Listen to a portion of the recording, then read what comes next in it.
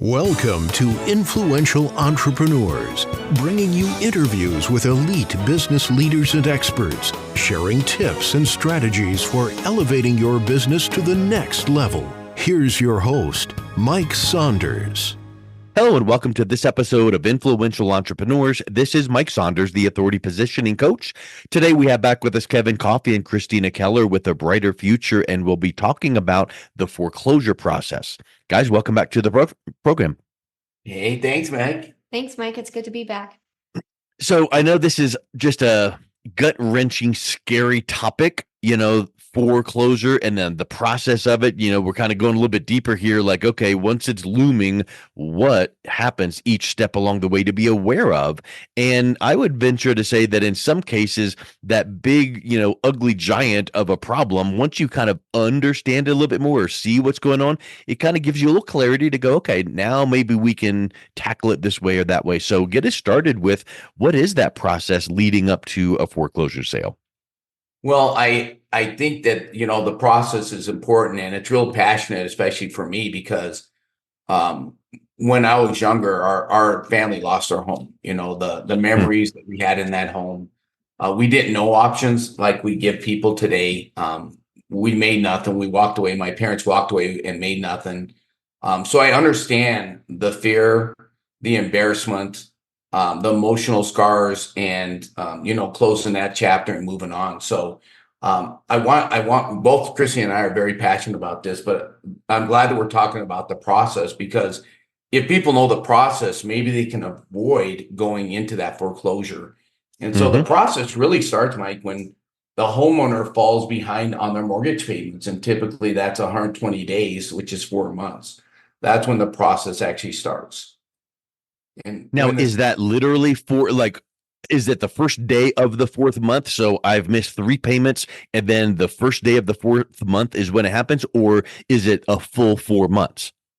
It varies by lender. It depends on everyone's situation, but it's typically around the 4-month mark. Okay.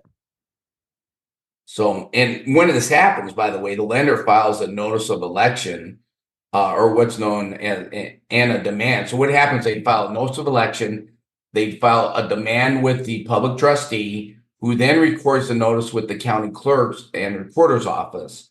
The bad news is when that happens, a couple things happen. Is the property typically is sold between 110 to 125 days after this is filed. And the auction, by the way, is usually held at the courthouse and is sold to the highest bidder, including the lender. Sometimes, here's what blows my mind is, the lender is sometimes the highest bidder. Well, here's what happens, Mike, and the homeowner doesn't know this. Whether the property sold back to the lender or an investor, if it's sold for less than what the mortgage balance was, the lender can file a deficiency judgment and go after the homeowner for the difference. And a lot of homeowners are not aware of this. Yeah, they thought it was bad enough I couldn't make my payment and I lost my house, and now we're heaping more trouble on top of trouble. Yeah.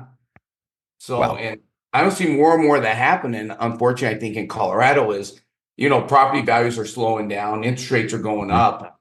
So that we're going to see more and more of that, unfortunately, probably happening. The other bad news is, once a property is listed for closure, it's published in the local paper, county websites, real estate sites, auction websites, etc. So, the embarrassment now of the people they know. And then, of course, the homeowners going to get a lot of calls, letters, door knockers. And, it's a very stressful and emotional situation. Well, let's think about and unpack a few of those things, because I think a lot of times people feel like I'm suffering in silence and I can't make the payment, which means if you can't make the house payment, what other payments are you not making as well? Right? I mean, maybe you're behind on the car payment, maybe you're behind on credit cards. So it's not just the one thing. It's this internal, just gut-wrenching time for them. But they feel like, oh well, it's just the cross I have to bear, and it's just a tough time. But now, like you said, all of a sudden it's gone public, and by law, it has to be published in specific places, like a local newspaper. Maybe it's not, the big major one, but maybe your friends and family are reading the Arvada Press or the whatever newspaper, and wherever it has to be published, now all of a sudden it's the cat's out of the bag, and that adds to the embarrassment. It really does. But there's good news. That's why we do what we do. If the homeowner is getting behind in payments, they're facing a foreclosure situation, we will actually get to them a foreclosure rescue packet. And we're going to talk at the end how they can get that. But in this packet, there's many options for the homeowners. But one of the to stop foreclosures, but one of the programs that I'm sure they're not aware of is our More Money for You program, which in this packet explains how we get the homeowners current on their mortgage payments. We put money in their home to restore it so it can be sold at the highest value. We then split some of the profits with the homeowners. And keep in mind, we're putting up all the money and the homeowner shares in some of the profits, which is a home run for the homeowner and a home run for us. Everybody wins. Yeah, I mean, there should be a benefit to everyone. If you guys are going to come in and save the homeowner in the process and put some money back in their bank account, there should be a profit that everyone is sharing. One of the things that makes me or a question that comes to mind is, why is it important not to get foreclosure on? Because I know one of the options is like just throw your hands up and just let the bank take it. But then, as you just mentioned, maybe there's ramifications beyond that. Like you get a letter a couple months later that says, oh, well, we couldn't sell it for what we thought, so now you owe even more. So we know that foreclosure, once it's finalized, is not a good thing. But what are some of the points that people need to understand about why is it important not to go to that foreclosure sale and actually have it go through? Well, it's such an important question that we have another podcast on just that topic. But in general terms, nobody wants to lend money to you, lenders, anybody who's going to get a car. There's a lot of obstacles that the homeowner is going to be faced with. Maybe renting will be difficult in their next chapter. Getting into a place. So there's so many different reasons. Like I said, we have a whole podcast on that. That we'll talk about that. And then, another thing I forgot to mention is inside of our packet that we can get to people, the foreclosure rescue packet, we have a nice flow chart that goes into much more detail of this, the process, the foreclosure process. We're getting it in just general terms, but there's a lot of technical things that go behind the scenes here that we can get in the hands of the homeowner.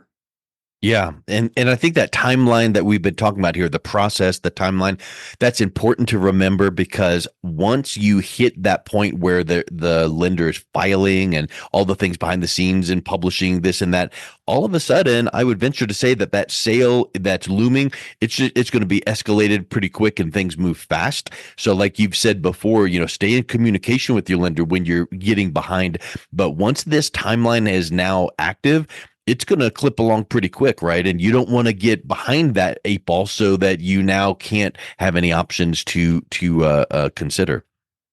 I agree. And as we talked on our last podcast, is people are embarrassed and they're afraid to pick up the phone to call people like Christina and I, because they don't want to feel stupid, or they don't know the right questions, or they're embarrassed. And I'm here to tell you, the nice thing about myself is I went through it. So I understand what they're going through. And Christina, she didn't grow up with a lot of money as well. And so we know that bad things happen to good people. And, life's going to throw you some curveballs, but we're going to try to get them to hit that ball out of the park and, write a new chapter, put this behind them, and then hopefully put enough money in their pocket where they can possibly get into a new home right away. With private financing. So there's so many options, Mike, and so many ways we can help people. Hence the name of the company, A Brighter Future. We want to help create a brighter future for people. That's what I did with my other company, as a 30-year-old company, helping people with their finances. And we have a great reputation in the community. In fact, that company has donated over $350,000 to churches and schools here in Colorado. And I'm all about creating a better world, and so is Christina. So this is kind of why we're in this game, because we help the homeowners and we can also make money as well. We both win. Both people walk away from the table saying, you know what? We're glad we met each other. because we took a Yep. situation and we changed it. I think that's such a huge point that most of the time, if someone has heard of, oh, we can help with foreclosure, it basically is sign this piece of paper so that I own your house. Here's a buck or two and leave in a week or a day or whatever the time frame is. And then the investor, they've got the whole house. They then do what they do. And then the homeowner, they're just out looking for some new place. What your program does is it cares for and gives value. Really, it keeps preserves self-esteem. They walk away, from the house without going through the foreclosure. They've got money in their pocket. They can then make that next step. And in reality, that could help blend a little bit of their personal embarrassment, because if their friends and family did know that there were some money troubles coming in, but now, oh hey, yeah, we got all caught up on our house, car, credit cards, and we went into this new nice new place. We got first and last month's rent. Kind of builds that self-esteem back up, doesn't it? It does. A lot of people just need a second chance. They need someone like Christina and I to give them a positive spin on life. We've both been, as all of us have went through challenges, but man, if you have somebody to help you get through hard times, I have a good friend who started a high school, at-risk high school, and to see that the second chance that this gentleman's giving kids that go on and they're productive people, they create a better world. Yeah. We're doing the same thing with people that we're helping. We're saying, hey, there's a brighter future. We know we've been through there. We're giving that second chance. There's hope. Not all people in the world are bad. The news reports only the bad people. Well, how about all the good people like Christina and myself, and maybe even these people down the road they'll play it forward and do what we did to help another homeowner in distress when they get on their feet financially. I mean, isn't that really what it should be about? It should be, and I think I would like to ask you something you just touched on really briefly and then continued on, but like building relationships and friendships. Talk a little bit about that approach that you guys are focused on.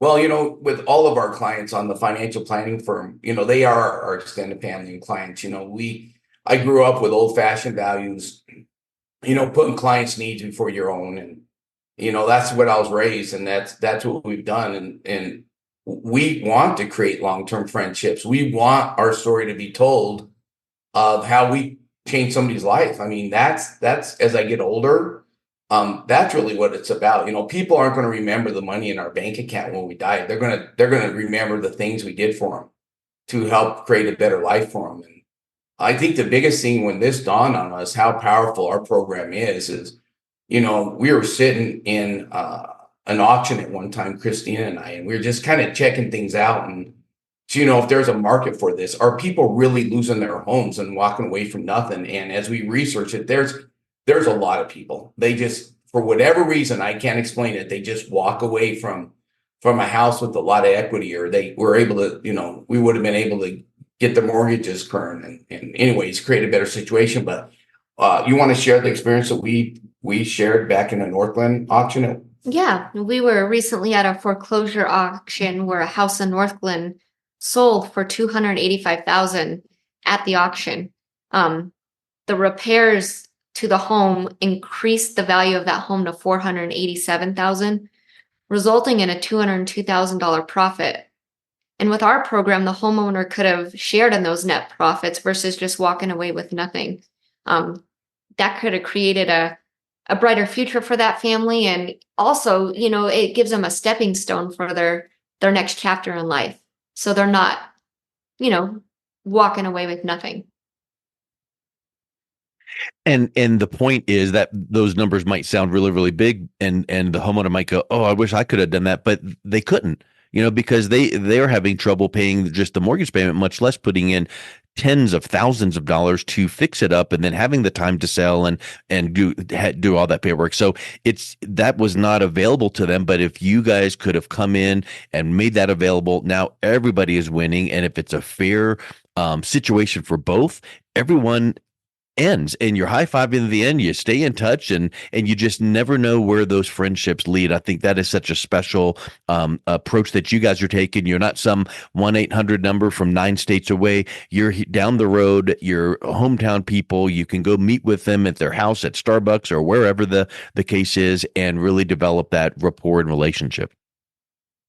Absolutely. We like, and it's a good point. I don't know if I mentioned this, but both of us are natives of Colorado, so we both have big families. We know a lot of people, and like I mentioned, if I get in this podcast, our reputation means much more than us than making money, and so we're local people, like you said. We're not out of towners. We're not going to see him at a grocery store, and try to run from them.